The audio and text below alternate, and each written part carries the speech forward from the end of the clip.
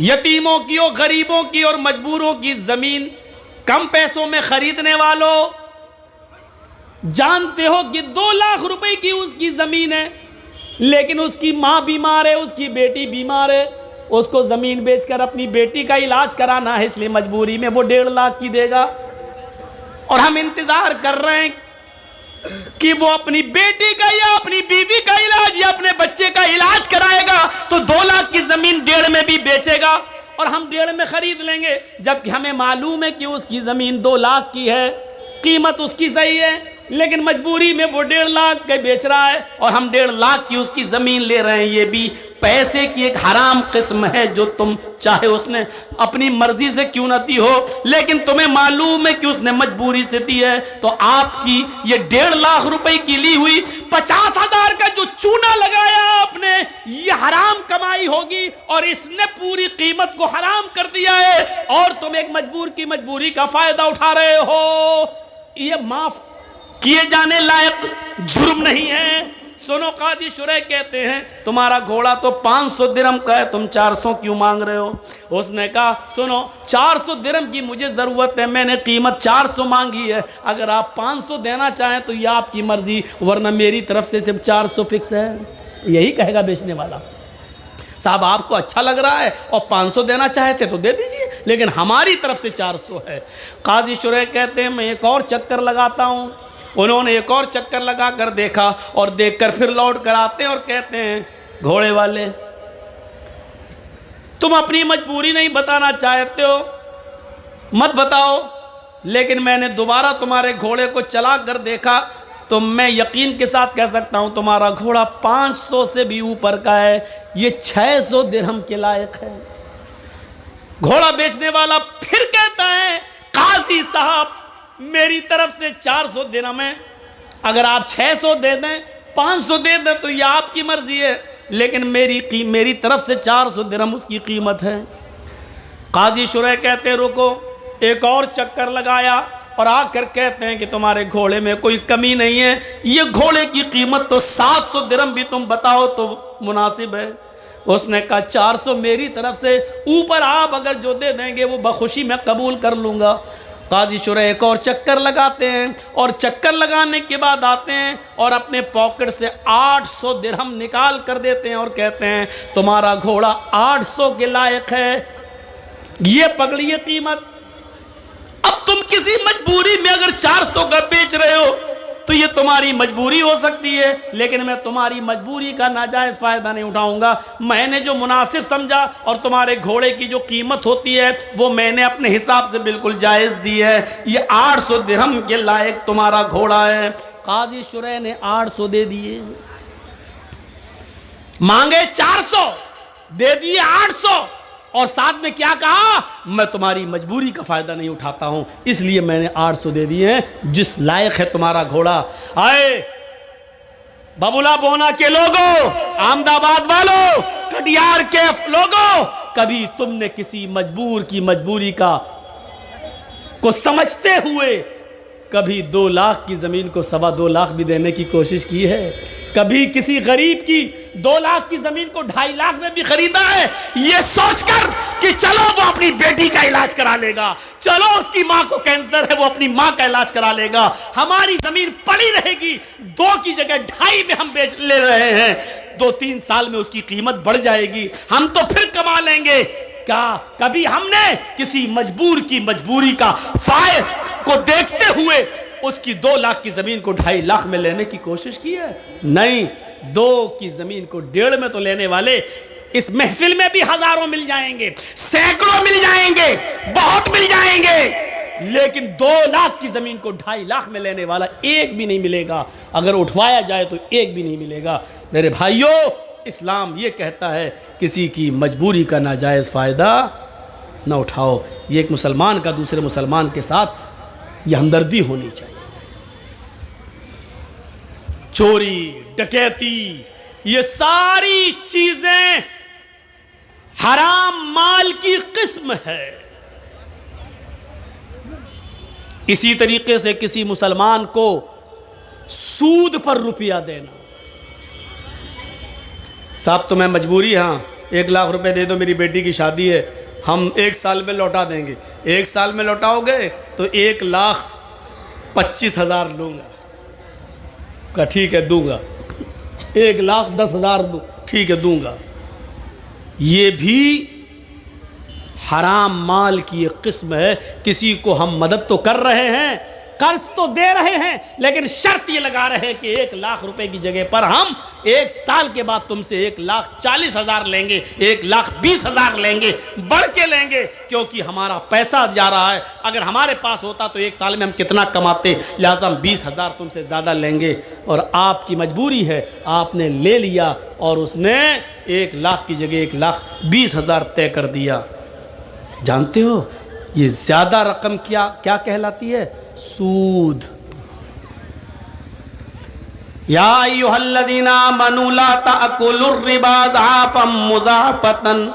ऐ मुसलमानों, तुम सूद ब्याज को दुगना और चौगुना करके मत खाओ।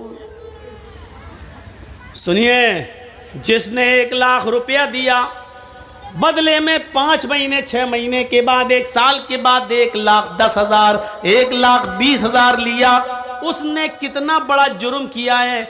इस्लाम की नजरिए से देखना चाहते हो तो सुनो, अल्लाह के नबी फरमाते हैं अर्रिबा सबऊन हुबन, अर्रिबा सबऊन हुबन व ऐसरुहा अयन की हर रजुलु उम्महू।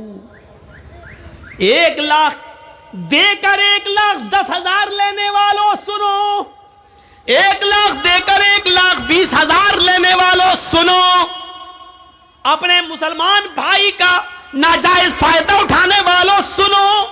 अल्लाह के नबी फरमाते हैं, मोहम्मद रसूलुल्लाह फरमाते हैं, जिसने 1 देकर 1,20,000 लिया, 1 देकर 1,10,000 लिया, यह सूद है। और सूद के 70 दर्जे हैं। सबऊना हुबन, सूद के 70 दर्जे हैं। ये 70 दर्जों में जो तुमने 1 लिया है, कितना बड़ा जुर्म किया है। उसका सबसे हल्का जुर्म क्या है, सबसे हल्का दर्जा क्या है? ऐसरुहा अय्यन की हर रजुल उम्महू, एक आदमी अपनी मां के साथ निकाह कर रहा है। एक मर्द, एक नौजवान अपनी मां के साथ निकाह कर ले, निकाह हो जाएगा। हदीस में निकाह का लफ्ज है अय्यन की हर रजुल उम्महू, मर्द अपनी मां के साथ निकाह कर रहा है। कहने का मकसद क्या बता दूं, जरा सुनो सूद खाने वालों, सुनो निकाह का लफ्ज क्यों कहा है। अल्लाह के रसूल ने कहा जैसे कोई मर्द अपनी माँ के साथ निकाह कर रहे, निकाह होगा ही नहीं। माँ कितनी खूबसूरत हो, बेटा माँ के साथ निकाह पढ़ रहा है। मौलाना जर्जी साहब निकाह पढ़ा रहे हैं। अल्हम्दुलिल्लाह नहमदु व नस्तईनु व नस्तगफिरु या अय्युहल्लज़ीना आमनु तक़ुल्लाह हक़्क़ तुक़ातिही व ला तमूतुन्ना इल्ला व अंतुम मुस्लिमून। या अय्युहन्नासु तक़ू रब्बकुमुल्लज़ी ख़लक़कुम मिन नफ़्सिन वाहिदा व ख़लक़ मिन्हा ज़ौजहा व बस्स मिन्हुमा रिजालन कसीरन व निसाअ वत्तक़ुल्लाहल्लज़ी तसाअलूना बिही वल अरहाम इन्नल्लाह काना अलैकुम रक़ीबा। या अय्युहल्लज़ीना आमनु तक़ुल्लाह व क़ूलू क़ौलन सदीदा युस्लिह लकुम अमालकुम व यग़फ़िर लकुम ज़ुनूबकुम व मन युतिइल्लाह व रसूलहु फ़क़द फ़ाज़ फ़ौज़न अज़ीमा। ये निकाह में ये 3 आयतें पढ़ी जाती हैं 3 जगह से, हमने पढ़ दी और निकाह कर भी दिया माँ के साथ। लेकिन इन कुरान की आयतों के पढ़ने के बावजूद माँ बेटे पर हलाल नहीं होगी, यानी निकाह नहीं होगा। पूरा कुरान पढ़ दिया, उसके बाद निकाह पढ़ा दिया, फिर भी निकाह नहीं होगा। जिस तरीके से अल्लाह के नबी के बताने का मकसद क्या है, जिस तरीके से पूरा कुरान पढ़कर, बल्कि हजारों बार कुरान पढ़कर, लाखों मर्तबा कुरान पढ़कर भी अगर तुम निकाह करना चाहो मां के साथ, तब भी मां हलाल नहीं होगी। उसी तरीके से जितना मुश्किल एक लड़के के लिए उसकी मां का हलाल होना मुमकिन नहीं है, उसी तरीके से किसी मुसलमान के लिए किसी मुसलमान की मजबूरी का फ़ायदा उठाकर उससे 10,000 रुपये ज़्यादा लेकर सूद खाना भी हलाल नहीं है। जिस तरह माँ हलाल नहीं हो सकती है उसी तरीके से सूद भी हलाल नहीं हो सकता है, चाहे उस सूद पर 10 लाख मरतबा कुरान क्यों ना पढ़ लिया जाए। और दूसरा मकसद क्या है अल्लाह के रसूल के ये बताने का, सुनो, बहुत सुन चुके हो वेदों के मंत्र। आज हमारी तकरीर और तकरीरों से हटकर है, आज हमारा प्रोग्राम और प्रोग्रामों से बिल्कुल हटकर है। आज हमारा टारगेट सिर्फ आप हैं, हम हैं, हमारा समाज है, हमारा मुआशरा है। क्या हुआ भैया, आपके भी कमर में दर्द हो रहा है?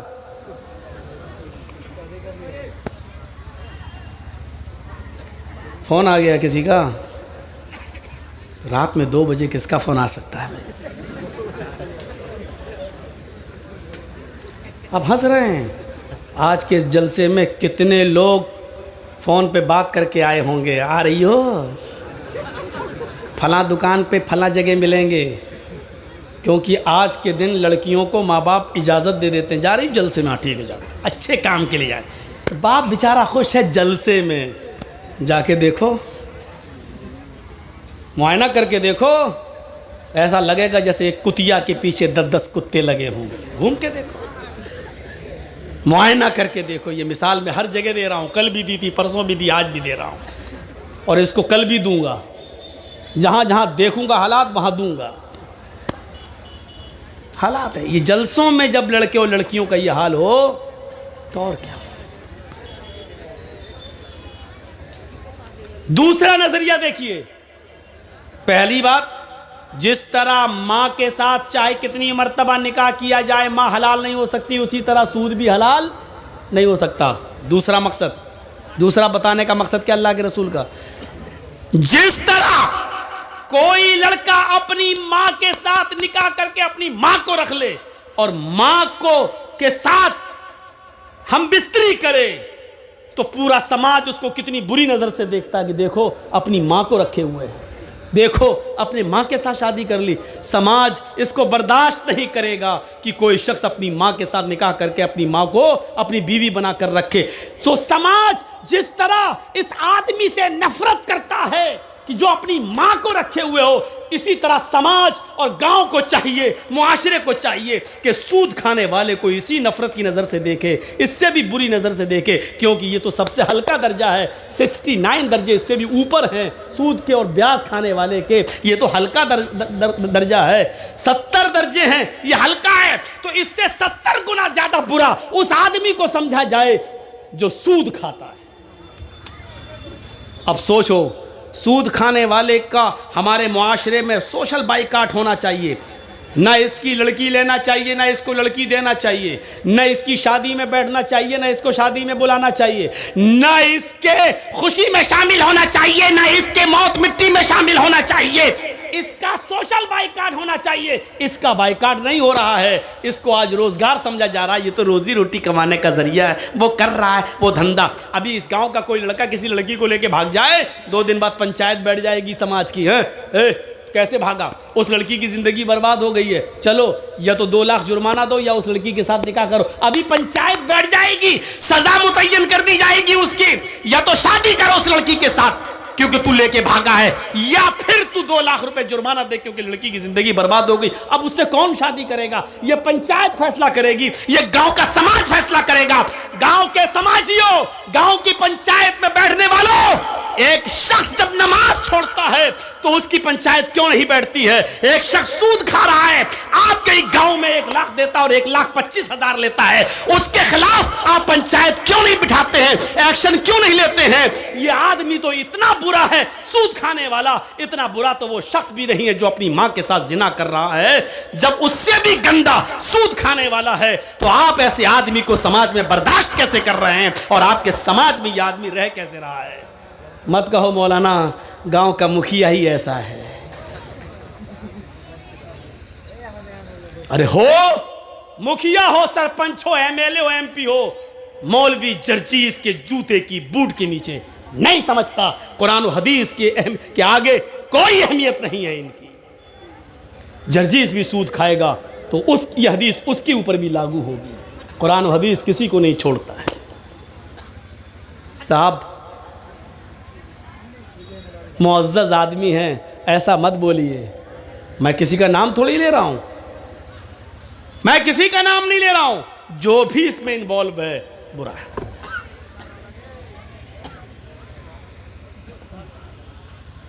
एक और हदीस सुना देता हूं, उसके बाद बात को आगे बढ़ाता हूं। दिरहमु रिबा याकुलहु अर्रजुलु व हुवा यअलम अशद्दु मिन सित्ततिन व सलासीन ज़नियतन, रवाहु तबरानी। यह हदीस इमाम तबरानी ने लाए हैं। इस हदीस को अल्लामा अलबानी ने सही करार दिया है, अपनी सिलसिलतुल अहदीस सहिया के अंदर इस हदीस को सही करार दिया है। सुनिए इस हदीस का तर्जुमा। आय हाय हाय, सुन लो, माथा पटको और सूद खाने वाले अपनी औकात देखें, कितना गिरा दिया है उनको अल्लाह के नबी ने। 25,000 तो बहुत हो गया, 1 लाख देकर 1,25,000 लेना, 1 लाख देकर 1,10,000 लेना, ये तो बहुत हो गया। या दिरहमु रिबा, भैया आगे वाले बोले नहीं, बात ना करें, आप जा सकते हैं, आपको इजाज़त दे रहा हूं मैं, लेकिन गुफ्तगू नहीं। सुनिए, मैंने पहले ही कह दिया, आज की तकरीर और तकरीरों से हटकर है, समाज के अंदर ये चीज़ आनी चाहिए। दिरहमु रिबा, 1 दिरहम खाना, दिरहमु रिबा, सूद का, ब्याज का 1 दिरहम, 1 रुपया मान लो। सऊदिया में दिरहम इस वक्त जो दुबई का दिरहम है वो 18-20 रुपए में चल रहा है। यही बहरैन के दिरहम का हाल है। सऊदी में तो रियाल चलता है, दिरहम तो है नहीं। तो जहाँ दिरहम चल रहा है 20 रुपए से ज़्यादा कीमत नहीं, चलो 20 रुपए मान लो। दिरहमु रिबा, 1 दिरहम जिसने खाया वह हुवा यअलम, और वो जानता है कि ये सूद है, यानी 100 रुपये दिए और 1 महीने के बाद कहा नहीं अब 120 दो, तो 1 दिरहम हो गया, 20 रुपये का 1 दिरहम मान लो। इसका ये मतलब नहीं कि 20 से नीचे वाला जायज़ है, 1 रुपया ही सूद का क्यों ना हो वो भी हराम है। और सुनिए, जिसने 1 दिरहम खाया जानता है कि ये सूद का है, खा लिया, जुर्म कितना बड़ा है मालूम है? अशद्दु मिन सित्ततिन व सलासीन ज़नियतन, सित्ता 6, सलासीन 30, 6 और 30 जोड़िए, 6 + 6 + 30 कितना हुआ? 36 ज़नियतन, जिना, गोया कि उसने 36 मरतबा जिना किया।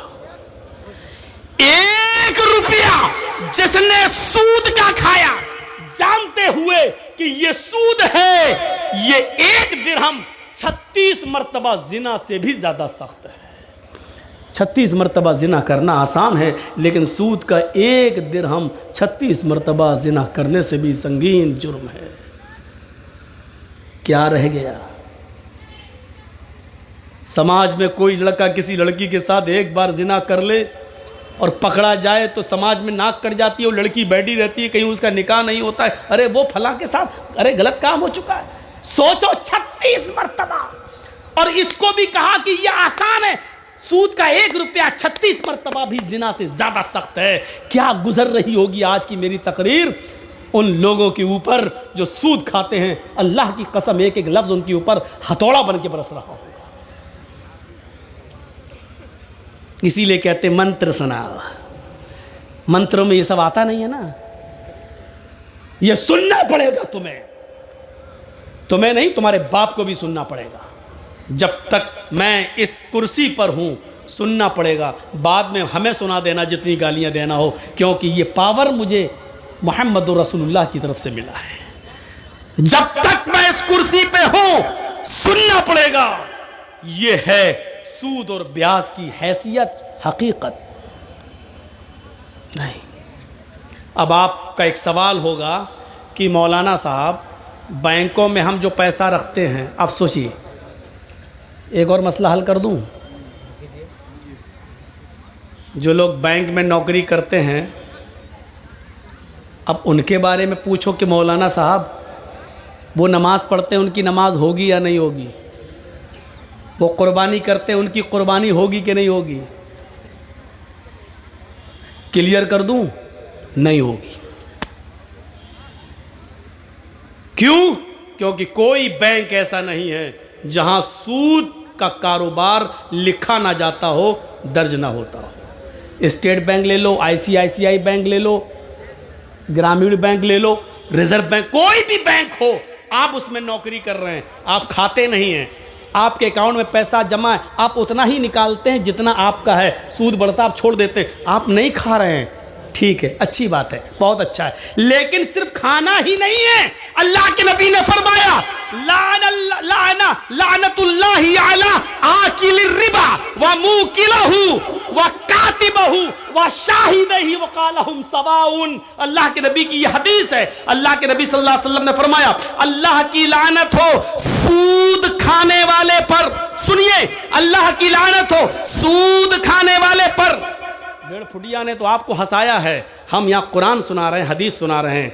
बेचारा रास्ते में हमसे कह रहा था, मौलाना साहब हमको इतना कुरान हदीस नहीं आती है, हम तो भीख मांगा करते थे, 2 रुपए 4 रुपए कोई देते। अल्लाह ने कहा जिसके पास जैसा इल्म है उसने बताया। मेरे भाइयों, यहाँ कुरान है और हदीस है, एक तरफ आयतें हैं, एक तरफ हदीस है। सुनो, लानल्लाहु अला आकिलिर रिबा, अल्लाह के नबी फरमाते हैं अल्लाह की लानत हो सूद खाने वाले पर, व मुकिलहु, सूद खिलाने वाले पर, सूद खाने वाले पर, सूद खिलाने वाले पर, व कातिबहु, सूद लिखने वाले के ऊपर।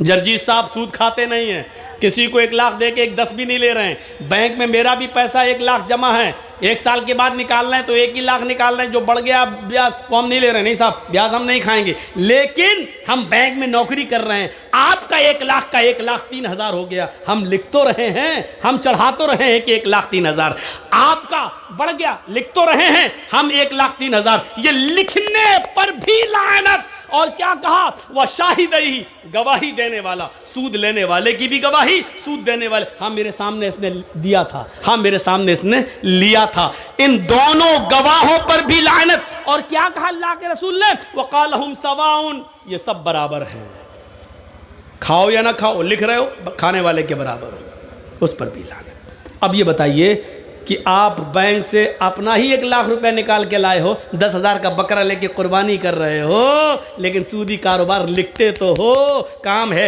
एंट्री तो करते हो, आपकी कुर्बानी कहां से जायज हो जाएगी? आप नहीं खा रहे, लिखते हैं, खाने वाले के बराबर हैं। कभी झगड़ा हो गया, आपने कहा नहीं साहब इनका 1 लाख रुपए जमा था और इंटरेस्ट बढ़ते हुए आज 1,05,000 हो गया, आप गवाही दे रहे हैं, आपने गवाही दी, खाया नहीं है लेकिन गवाही दी, आप बराबर हो गए खाने वाले के। सूद का मामला देख रहे हैं कितना पेचीदा है, सूद का मंजर देख रहे हैं आप, ये भी एक नाजायज तरीका है माल खाने का। या अय्युहल्लज़ीना आमनू ला ताकुलू अम्वालकुम बैनकुम बिल बातिल, ईमानो वालो तुम एक दूसरे के माल को नाजायज तरीके से, बातिल तरीके से मत खाओ। मदद करना सीखो, ताउन करना सीखो। अल्लाह की कसम, अल्लाह के रसूल सल्लल्लाहु अलैहि वसल्लम फरमाते हैं कि अगर तुम अल्लाह पर वैसे भरोसा कर लो जैसे करना चाहिए, तो अल्लाह तुम्हें ऐसे ही रिज्क देगा खाने के लिए जैसे चिड़ियां भूखे पेट घोंसलों से निकलती हैं और शाम को जब आती हैं तो पेट भरा हुआ होता है। अच्छा, हम और आप कितनी रोटी खा सकते हैं? 2 बड़ी है, 3 4 छोटी छोटी। हम लोगों के यहाँ बड़ी बनती हैं, आपके यहाँ छोटी बनती है। बड़ी भी बनती है आप लोगों के यहाँ, मैं जानता हूँ। कलाई की रोटी तो बहुत ही बड़ी बनती है। अब सुनिए मेरे भाइयों, यहाँ आपको बोलने की ज़रूरत नहीं है, वो जब उसकी तकरीर चल रही थी तो आप बोले, हंसे, सब कुछ हुआ, लेकिन यहाँ सुनिए आप कितनी खा लेंगे। एक मछली होती है, व्हेल मछली, सुना है नाम? व्हेल मछली, जानते हो? वो समंदर में जब घूमती है, समंदर में रहती है, वो एक दिन में कितना खाती है? मुँह फाड़ा सारी मछलियों को खा गई, को जो मुंह में आ रहा है। एक दिन में 40 टन, 1 किलो नहीं, 2 किलो नहीं, 3 किलो नहीं, 40 टन खाती है। 100 किलो का 1 कुंटल, 100 कुंटल का 1 टन, देख रहे हैं ना? 100 किलो का 1 कुंटल और 100 कुंटल का 1 टन कितना खाती है? 40 टन। कितने दिन में? 1 दिन में। मेरा रब वो है जो व्हील मछली को भी समंदर की तारीकी में, अंधेरे में 40 टन उसको खाना खिलाता है, 40 टन उसके पेट में पहुंचाता है। उस मछली को भी भूखा नहीं सोने देता है। आए 2 रोटी, 3 रोटी, 5 रोटी के लिए सूद खाने वालों, चोरी करने वालों, डकैती डालने वालों, तुम्हें अपने रब के ऊपर भरोसा क्यों नहीं है? मेरा रब तो 40 टन, 40 टन, 100 टन का 100 किलो का, 100 कुंटल का 1 टन, 40 टन मछली को, व्हील मछली को खिलाता है। मेरा रब तो उसको भी भूखा नहीं सुलाता है। तुझे अपने रब के ऊपर भरोसा क्यों नहीं रहा है? तू अपने भाई की मजबूरी का फायदा क्यों उठा रहा है? तू उसको 1 लाख देकर 1,10,000 क्यों ले रहा है? तू उससे 100 रुपए की जगह पर 500 रुपए क्यों ले रहा है? तू कैसा मुसलमान है? तुझे अपने रब के ऊपर भरोसा क्यों नहीं रहा? तुझे अपने रब की, अपने अल्लाह की जात के ऊपर तवक्कुल क्यों नहीं रहा? तो तवक्कुल कर, भरोसा कर। मेरा रब जब उस मछली को भूखा नहीं सोने देता है, तू तो अशरफुल मखलूकात है, तू तो अफजल है, तू तो सबसे बेहतर है, तू तो नमाज पढ़ने वाला और रोजा रखने वाला है, तू अपने रब को अच्छी तरीके से जानता है, तू मुसलमान भी है, ला इलाहा इल्लल्लाह पढ़ता भी है, तू नमाज का भी पाबंद है, फिर तुझे अपने रब के ऊपर भरोसा क्यों नहीं है? तू अपने रब के ऊपर भरोसा कर। अल्लाह कहता मेरे बंदो मेरे ऊपर वैसे ही भरोसा करो जैसे करना चाहिए, तो हम तुम्हें भी वैसे ही रिस्क देंगे, रोजी देंगे, जैसे हम चिड़ियों को देते हैं। वो सुबह उड़ती हैं तो भूखी होती हैं, लेकिन शाम को जब वो जंगलों से अपने घोंसलों में जाती है तो उनका पेट भरा हुआ होता है। हम तुम्हें भूखा उठाएंगे जरूर, लेकिन भूखा सुलाएंगे नहीं। तुम भरोसा तो करो मेरे ऊपर। हम तो मुसलमान हैं, हमें क्यों नहीं देगा?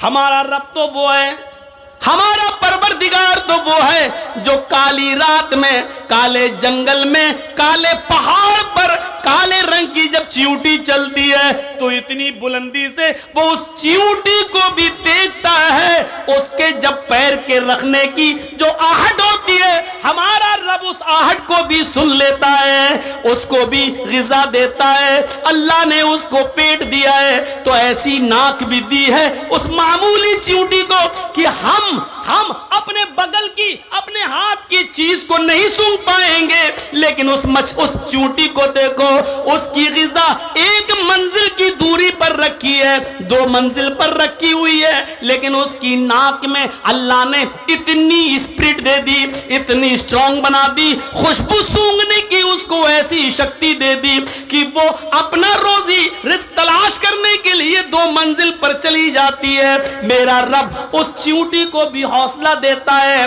उसको भी नाक दिया है, उसको भी रोजी देता है, मछलियों को भी देता है। अरे हम किसको क्या देंगे? हम अपने दोस्तों को दस्तरखान पे बिठाएंगे, खिलाएंगे, लेकिन अपने दुश्मन को हम देखना भी गवारा नहीं करेंगे। शादी मेरे बेटे की है, हम अपने यार दोस्तों को बुलाएंगे, लेकिन अपने दुश्मन को हम नजरअंदाज कर देंगे। मेरे भाइयों, हम दोस्तों को खिलाएंगे, पिलाएंगे, लेकिन दुश्मन को भूल जाएंगे, उसकी तरफ नजर उठाकर भी नहीं देखेंगे। मेरा रब तो वो है जो दोस्त को भी खिलाता है, दुश्मन को भी खिला रहा है, नमाज पढ़े उसको भी दे रहा है, न पढ़े उसको भी दे रहा है, जो ला इलाहा इल्लल्लाह का इकरार करता है वो उसको भी देता है, और जो मूर्तियों की पूजा कर रहा है वो उसको भी दे रहा है। उसकी नजर में खाने और पीने में कोई इम्तियाज नहीं। ओ मेरे बंदो, जब हम काफिरों को दे सकते हैं तो तुम्हें क्यों नहीं दे सकते? तुम तो मेरे करीबी बंदे हो। मेरा रब तो वो है जो दोस्त दुश्मन नहीं, वो सबको देता है। 90 साल के एक बूढ़े को इब्राहिम अलैहिस्सलाम ने दस्तरखान से उठा दिया था, ये कहकर कि तू आग का नाम लेकर खा रहा है, रख, अल्लाह का नाम ले। उसने कहा नहीं लेंगे, आग ही मेरा रब है। भगा दिया उसको। जिब्रील आ गए, अरे इब्राहिम, तुमने आज उस बूढ़े को बुलाया और खाना भी नहीं खिलाया, भगा दिया, जाओ उसको पकड़ के लाओ और खिलाओ। जिब्रील से इब्राहिम अलैहिस्सलाम कहने लगे, अरे वो तो अल्लाह का नाम ही नहीं लेता। कहा इब्राहिम, वो तो 90 साल में पूरी जिंदगी में कभी उसने अपने रब का नाम नहीं लिया।